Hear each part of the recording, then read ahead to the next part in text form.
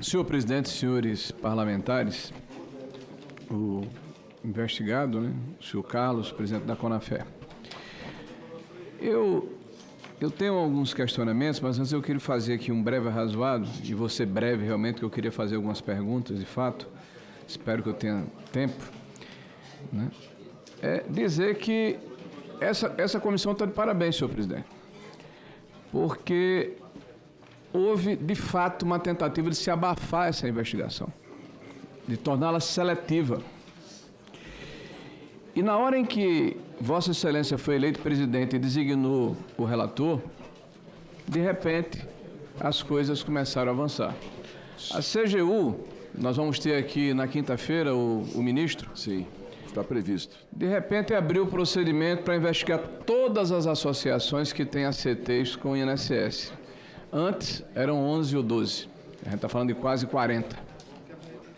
Após a abertura da CPMI, senhor presidente, aconteceram as prisões dos principais envolvidos, ou pelo menos naquele momento que tinham sido investigados. E as investigações da Polícia Federal, que estavam em quase 17 estados, estavam sobrestadas por uma decisão do então ministro relator, o senhor Toffoli. E após a designação de Vossa Excelência e do ilustre relator, mudou-se a questão da competência. Olha que passe de mágica, eminente relator que no momento assume a presidência. O bem que essa comissão está fazendo. E é o que nós queremos, que não haja seletividade, que nós possamos investigar, doa quem doer, porque ninguém aqui tem bandido de estimação. Nós sabemos o que é a complexidade e o tamanho do INSS. Por exemplo, foi dito aqui para não citar o artigo 14, pelo deputado Vermelho Pimenta, que um senador azul, né, nomeou um presidente do INSS. É bom lembrar que esse presidente do INSS é funcionário de carreira e já foi nomeado pelo senhor Carlos Gabas em duas oportunidades diferentes. Uma para ser secretário do Política e Previdência Social do Ministério da Previdência Social, em 2011 a 2014, e depois trabalhou na questão dos fundos de pensão 2015 e 2016. Ele era ministro da então presidente Dilma Rousseff, funcionário de carreira. Aqui ninguém está fazendo juízo de valor, se errou, se não errou. As investigações vão se debruçar e vamos verificar o que é que aconteceu. Eu me preocupo, e aí eu me dirijo agora ao nosso convidado.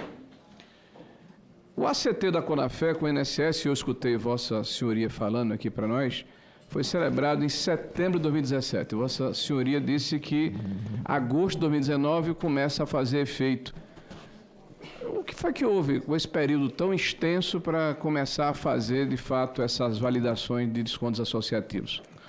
A capacitação das entidades de primeiro grau para atendimento às prerrogativas do ACT. Vossa Senhoria disse aqui, senhor Carlos, que em torno de 11% é inativo, repetiu para aquele que me antecedeu, fez um cálculo dizendo que parte da arrecadação proveniente dos outros associados não chega na sua integralidade, mas Vossa Senhoria distribuiu aqui um documento, e eu fiz uma conta aqui, que entre 2020 e 2024, aqui tem 1 bilhão 850 milhões de reais de investimento. Então, se Vossa Senhoria recebeu a sua empresa 800 e tantos milhões de aposentados, imagine que esse 1 bilhão aqui foi de outras categorias associadas. Esse orçamento foi o que foi gestado pela CONAFE para chegar no orçamento global envolvendo federações e sindicatos. Não, você está dizendo que o que aplicou aqui, está escrito. Não, sim, estou falando do orçamento gestado pela Confederação. Ok. Incluindo orçamentos federativos e municipais, poderíamos atingir essa prerrogativa dos...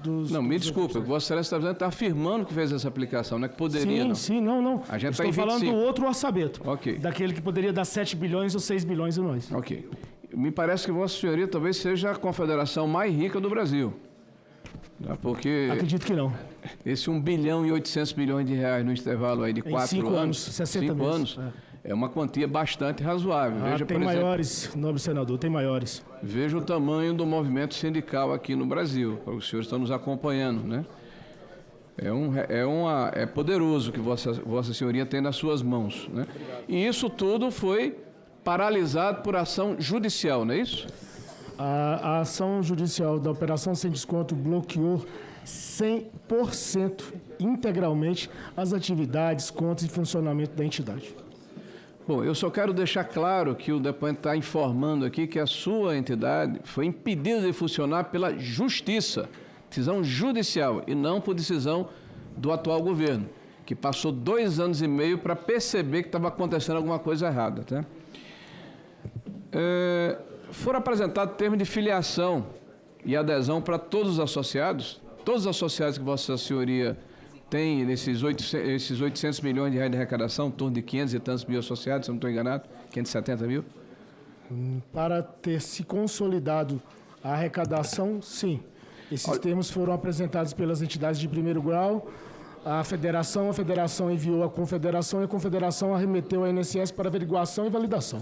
Pois é, e aí me chamou a atenção... Só posso dizer para o senhor que se houve arrecadação, nobre senador, só para concluir que o senhor já foi ministro, se houve arrecadação, se houve validação, se houve repasse, é porque houve checagem do material enviado, validação e pós-validação, 30 dias depois que você remete um termo de adesão é que vem o repasse.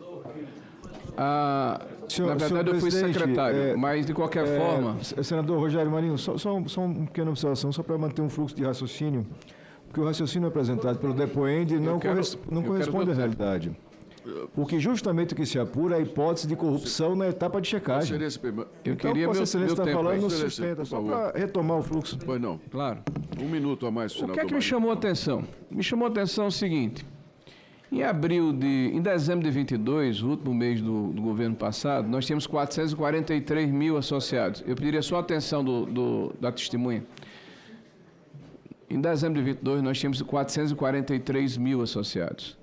E por uma arrecadação de 10 milhões e 200 mil. A média aqui é R$ 23 por associado. Pela uma conta simples. Em abril de 25, 545 mil associados.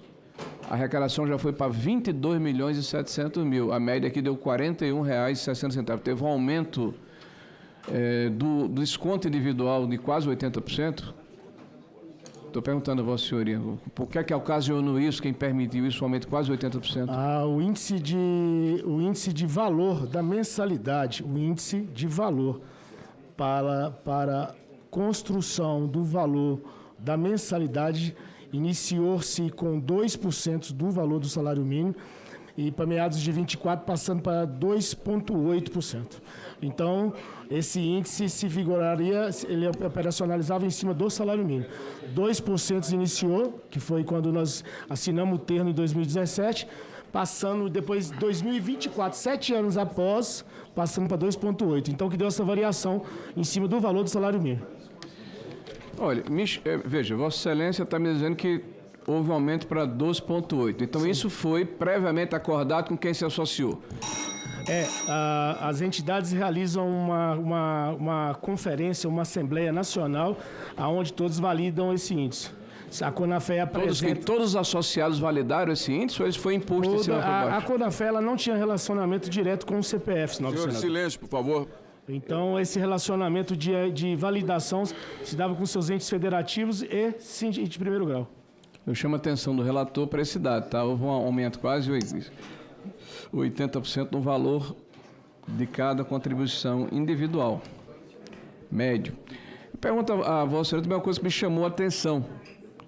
A CONAFE apresentou, no intervalo de 19 meses, 485 mil solicitações de inclusão.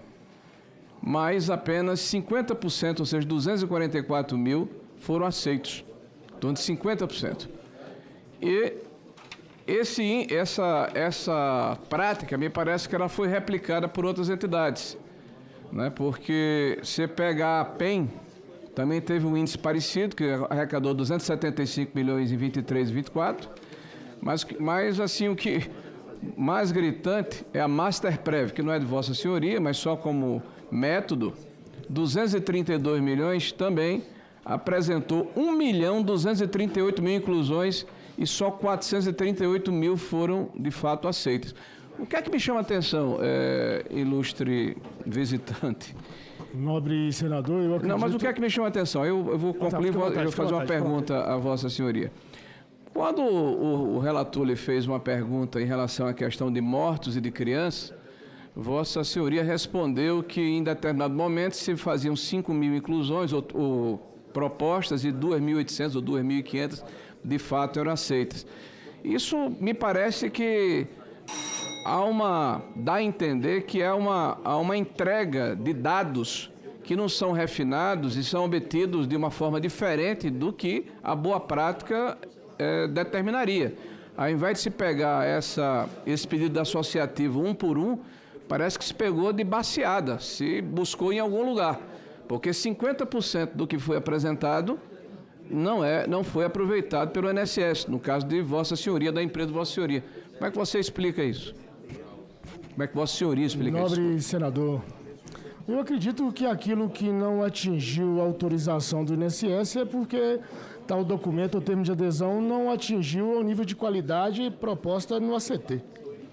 Se deu essa média, a entidade de primeiro grau teve o seu comprometimento de receita e foi buscar junto associadas reparações. Bom, eu vou concluir isso. Agora, me dirigindo ao relator, eu gostaria que Vossa Senhoria prestasse atenção nesse método, que parece que se repete. No caso da Conafé, pelo menos 50% do que é apresentado, Vossa Excelência deu alguns exemplos, não foi recepcionado. E no caso dessa Masterprev, de 1.238.000 pedidos de inclusões, só 438 mil foram aceitos. Também parece que alguém está comprando ou recebendo de baseada esses dados e jogando de qualquer forma lá no INSS. Obrigado. A pedido do depoente, a sessão está suspensa por 10 minutos.